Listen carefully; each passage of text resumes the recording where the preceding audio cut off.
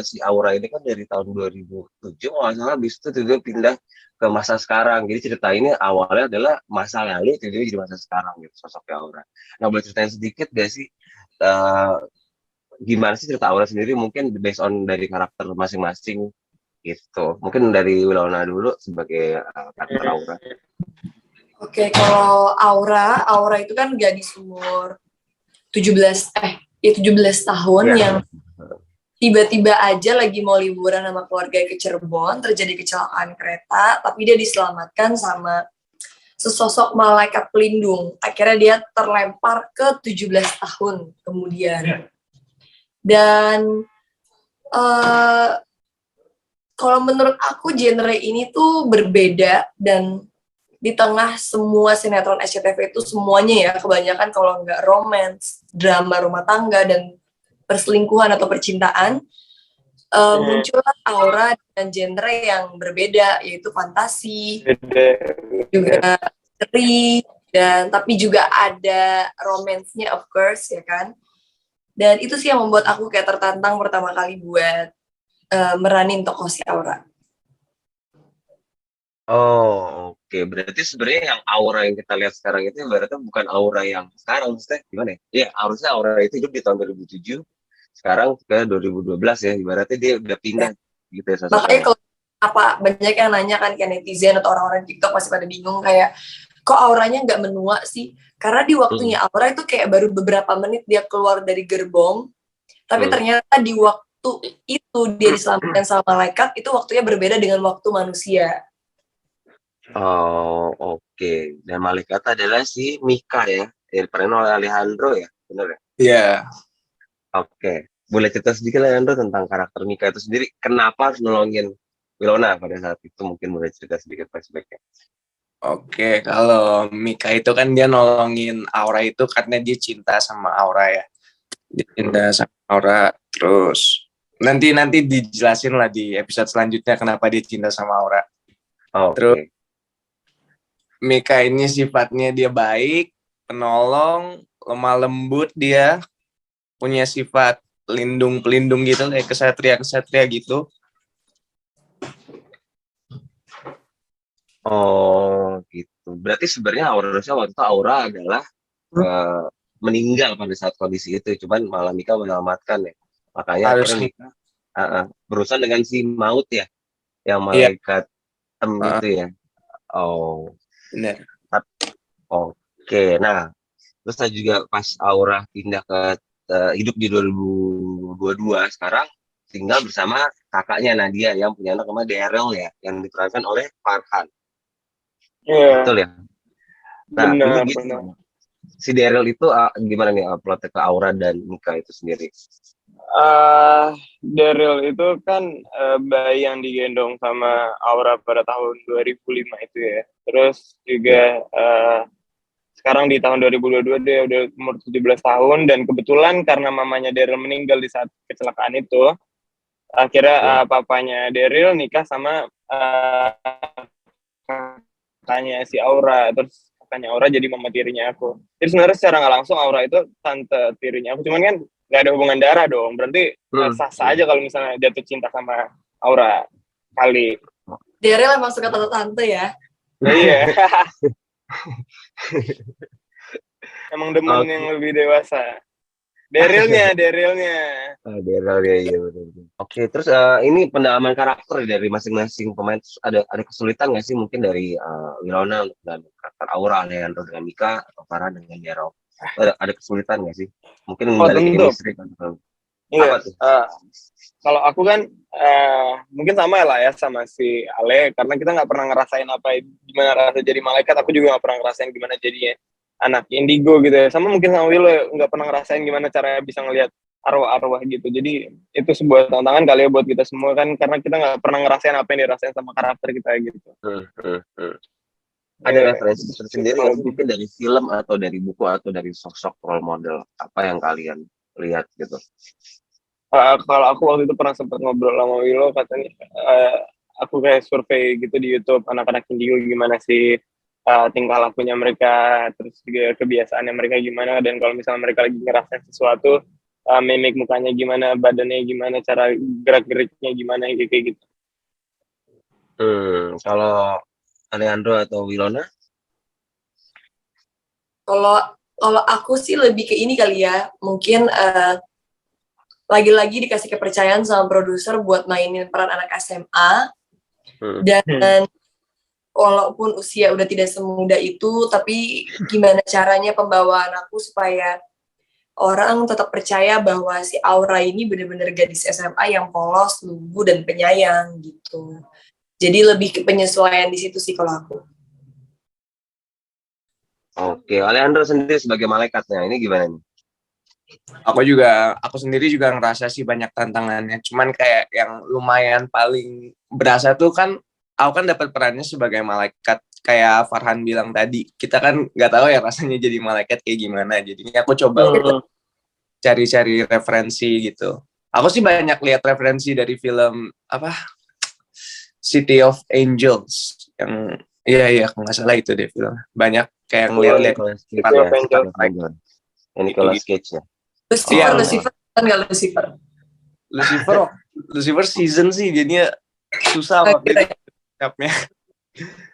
Nah, Alejandro ini kan karakter kamu kan kadang-kadang ngeluarin sayap tuh, kadang-kadang suka bingung gak sih untuk body language-nya deh. Kadang-kadang kayak Meluk Wilona itu kan betulnya mas sayap itu, kamu suka canggung gitu gak sih berapa kali itu berarti kayak kalau oh iya ini ternyata gue ada sayap nih, walaupun kan kadang-kadang itu pakai 3D ya, CGI atau apa lah itu ya.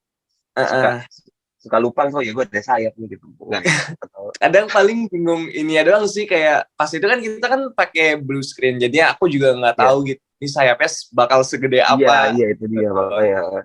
Itu sulit enggak ya? Udah ikutin arahan dari produser aja ya. Iya, ikutin direkturnya aja sih. Karena kenapa tertarik lagi sinetron setelah 2 atau 3 tahun ini fokus di web series dan film? Mencari tantangan seperti apa lagi yang lagi di sinetron? Apa karena tidak stripping jadi mau ambil? Karena apa? Apa karena tidak stripping menjadi mau diambil? Oh, ini bukan stripping sih. Sebenarnya itu yang perlu Jadi emang aku sama Sinemart punya hubungan yang sangat-sangat baik. Jadi waktu pertama kali ditawarin dan aku ngelihat dari ceritanya, dan aku Sinemart juga mengetahui bahwa aku nggak punya jadwal banyak karena aku udah ada syuting-syuting lain di schedule bulan berikutnya. Dan aku cuma bilang aku cuma punya waktu 2 bulan. Ayo kita bikin sesuatu yang berbeda, tidak usah terlalu panjang episodenya, tapi ceritanya berarti.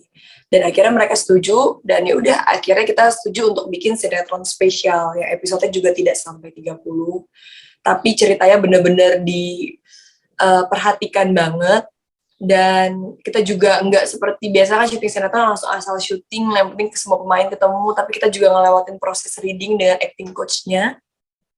Acting coach-nya juga ini aku rekomen dari acting coach aku biasa di film dan juga series.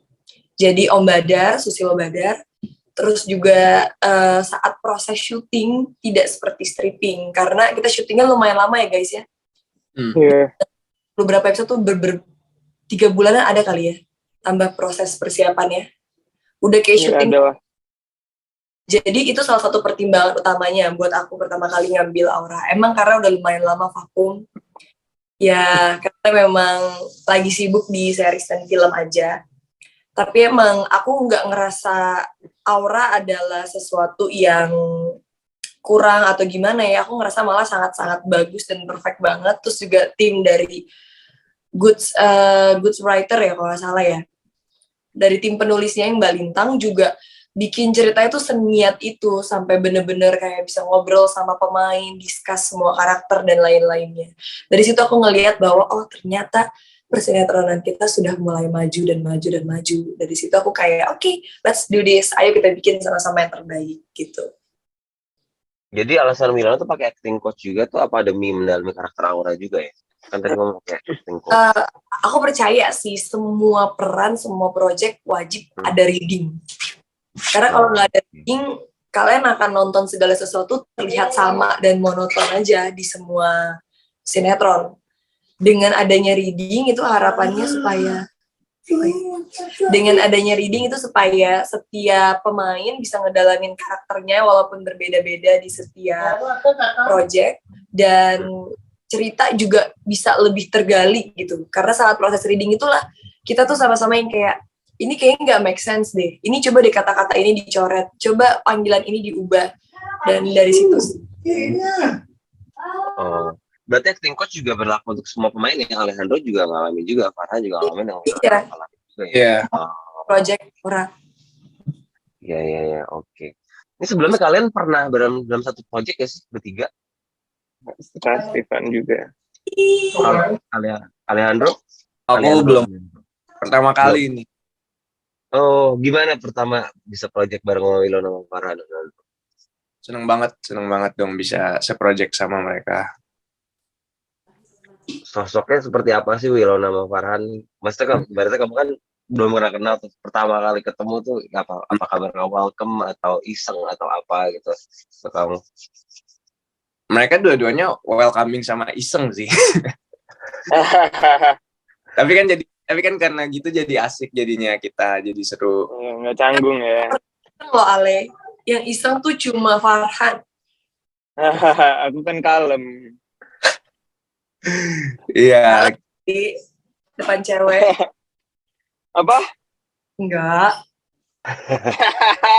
Ini teman-teman media semua loh, Will. Jadi kan 38 teman.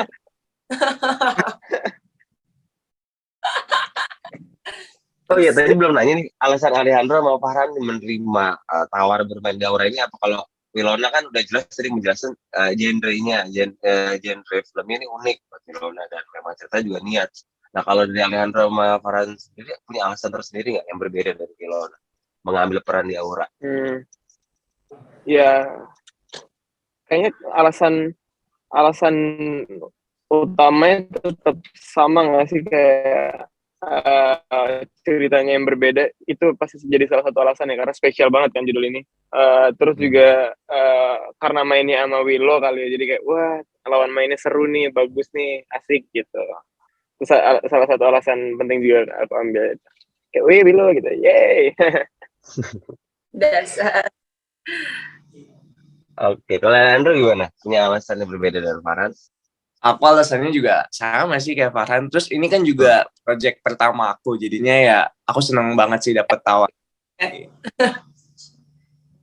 Jadinya apapun yang dikasih diterima gitu. Iya, harus diterima. Apalagi sama kalian, seneng banget jadinya. Oke, sempet canggung nggak sih awal Alejandro adu acting sama si Wilona sama Farhan? Kan kamu ibaratnya newbie di mereka gitu kan? Iya benar. Awal-awal pas reading tuh bukannya canggung lagi ya kalau pas reading ya. Kocak sih itu tapi. Ada pengalaman bisa ceritain ke media pertama kali kamu ketemu Wilona sama Farhan? Pas reading boleh diceritain pas reading pertama tuh. Pas reading pertama kan jadinya aku langsung disuruh untuk melok Willow kan.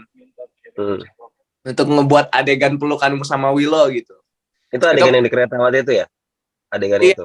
Benar. Oke. Ini disuruh melok gitu. Melok aja nggak bisa aku pas itu. Oh ya? Terus akhirnya Wilona gimana? Nge-push atau gimana? Tahu aja. Lucu soalnya. Disuruh meluk, terus tangannya dingin. Giliran meluk kayak jarak badan kita jauh banget, terus kayak bentar bisa dilepas. Tuh macem-macem deh. Berapa kali latihan tuh untuk melakukan adegan itu berarti pas lagi syuting deh? Itu pas lagi reading sih, pas lagi reading. Pas syuting udah settle ya, udah oke, udah siap gitu ya? Ya oke lah ya.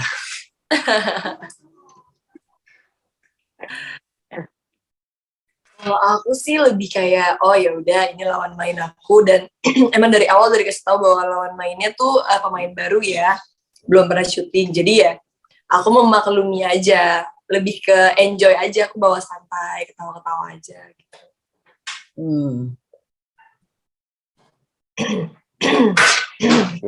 Ada lagi Pak? Selain ini Willow, mungkin selain genre yang menarik, apa istimewanya sinetron ini bagi Willow?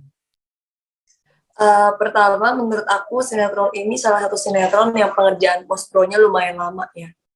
Karena CGI-nya itu bener-bener aku ngobrol juga sama David kayak berapa kali bolak-balik direvisi sampai memberikan yang terbaik. Jadi bukan cuma dari tim lapangan yang melakukan yang terbaik, kayak kita satu scene tuh bisa ada 2 jam pengerjaannya, apalagi kalau udah mengandung green screen, blue screen, atau ada CGI-nya. Terus kedua juga, aku percaya dengan garapannya Om Haikal itu bisa mendeliver cerita yang genrenya mungkin berbeda, tapi bisa masuk ke anak-anak muda gitu. Jadi anak-anak muda tidak ngerasa boring atau ngerasa sangat berat ceritanya. Bukan yang kayak dark, kayak kita nonton serial yang kayak bener-bener super berat, harus mikir banget gitu. Terus yang ketiga itu aku bilang, post-pro itu lama banget, jadi dikerjakannya tuh tidak main-main, bukan yang asal-asalan, yang penting asal editing, masukin scoring lagu, terus tayang gitu. Itu sih. Oke, terima kasih. Oke, makasih Mbak. Kan teman-teman media ada yang bertanya lagi? Kira-kira. Buat Ale, ini kan pertama kali main sinetron nih. Nah, gimana rasanya dan pengalamannya? Terus next bakal main sinetron lagi nggak? Itu aja. Makasih ya.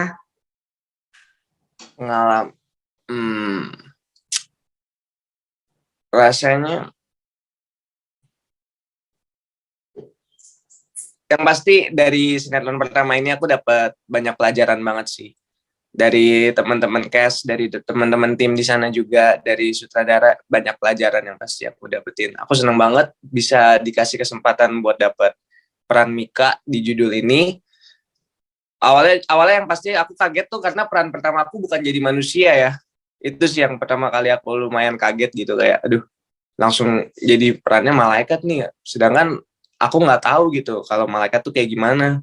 Jadinya awalnya aku merasa agak pressure gitu, kayak aduh agak susah nih berasanya gitu. Cuman makin lama makin hari syuting itu bawa enjoy aja gitu. Jadi lebih kayak kalau misalnya ngerasa ada salah di sini, salah di situ gitu, aku berusaha untuk koreksi aja biar untuk lebih benar. Terus untuk kedepannya bakal ada main sinetron lagi sih. Cuman judulnya belum bisa dikasih tahu. Mas Bayu, silakan.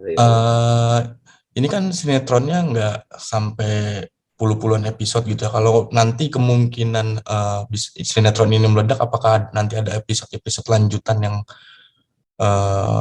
bisa berlanjut lagi gitu? Kayak gitu aja, makasih. Oke, ada yang mau jawab? Yang jawab produser ya. Iya sih, harusnya gitu sih. Ya sebenarnya sih biasanya kita lihat aja sih Mas ke depannya seperti apa gitu sih. Itu aja sih ya, nggak ada lagi. Emang biasanya begitu produser, emang kita nggak ada kapasitas untuk menjawab sih. Gitu. Oke, teman-teman media yang bertanya lagi. Oke, sekarang kita ke Farhan. Farhan tadi kan sempat survei sempat observe ya sebagai Indigo, jadi observe ke anak-anak Indigo. Itu ada pengalaman unik nggak sih pada saat kamu mau observasi sebagai sosok Indigo dan lain-lain itu? Ada pengalaman yang mungkin ada creepy mungkin atau gimana? Enggak sih ya, nggak ada yang gimana-gimana. Tapi apa yang kamu tangkap dari seorang anak Indigo tuh apa sih yang bisa kamu in general? Mereka itu orang-orang yang spesial. Banyak yang bilang mereka itu kayak freak dan lain-lain ya. Mereka itu sebenarnya udah spesial. Mereka itu beda dari kita semua. Terus juga dengan kemampuan itu bisa digunakan sebagai hal yang baik atau buruk, itu kan tergantung pilihan anaknya itu sendiri. Karena mereka itu punya kekuatan yang lebih kan sebenarnya. Dan aku sempat nanya juga bahkan ke waktu itu ya, ada promo juga kita setelah di MTech, terus juga diundang salah satu anak Indigo. Terus aku juga sempat iseng nanyain, apa benar ada nggak orang yang kayak Daryl gitu, yang Indigo tapi dia juga punya powers kayak telekinesis gitu, dan katanya memang ada yang kayak gitu. Kalau kan awalnya kayak oh ya udah mungkin anak Indigo aja yang ada, terus orang yang punya powers telekinesis tuh nggak ada di dunia ini, ternyata ada gitu loh. Dan itu lumayan kaget sih, kayak ternyata ada orang yang benar-benar bisa pindahin barang pakai pikirannya. Keren aja. Sorry, berarti karakter Daryl juga selain Indigo dia juga telekinesis, saya punya kekuatan itu, ability untuk itu ya di sinetron Aura. Iya. Hmm.